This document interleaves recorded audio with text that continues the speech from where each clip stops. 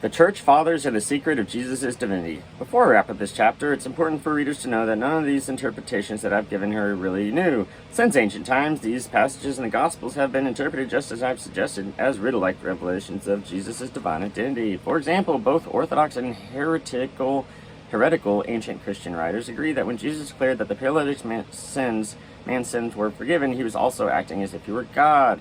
Consider the words of Novatian of Rome, and blah, blah, blah. If Christ forgives sins, Christ must truly be God, because no one can forgive sins but God alone. No, I forgive your sins. You can forgive your own sins. Anyone can do it.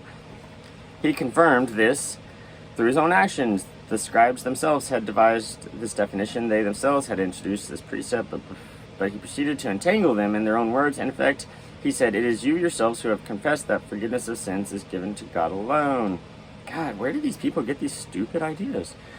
Along similar lines, way back in the 5th century AD, Augustine of Hippo recognized that Jesus' question about the son of David in Psalm 110 does not deny that the Messiah is descended from David.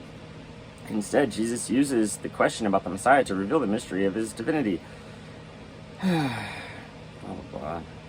Alright, unlike some modern interpreters, Augustine recognizes Jesus' question as an invitation to inquire into the mystery of how the Messiah can be both David's son and David's Lord.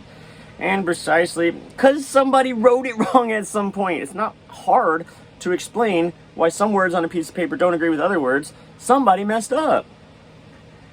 And precisely because this is a great mystery, not everyone is going to comprehend the implications.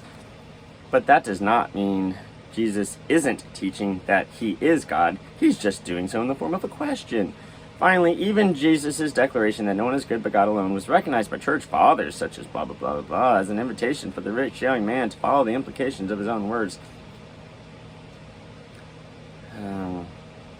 Same thing we just read.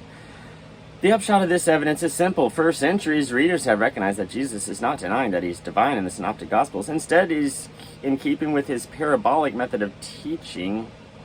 Is that the right use of parabolic? I'm not sure.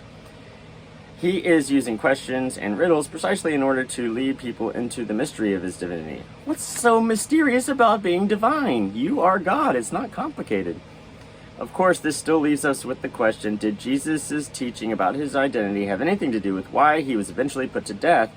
How does a man who claims to be the divine Son of God end up as a crucified Messiah? To that question we now turn.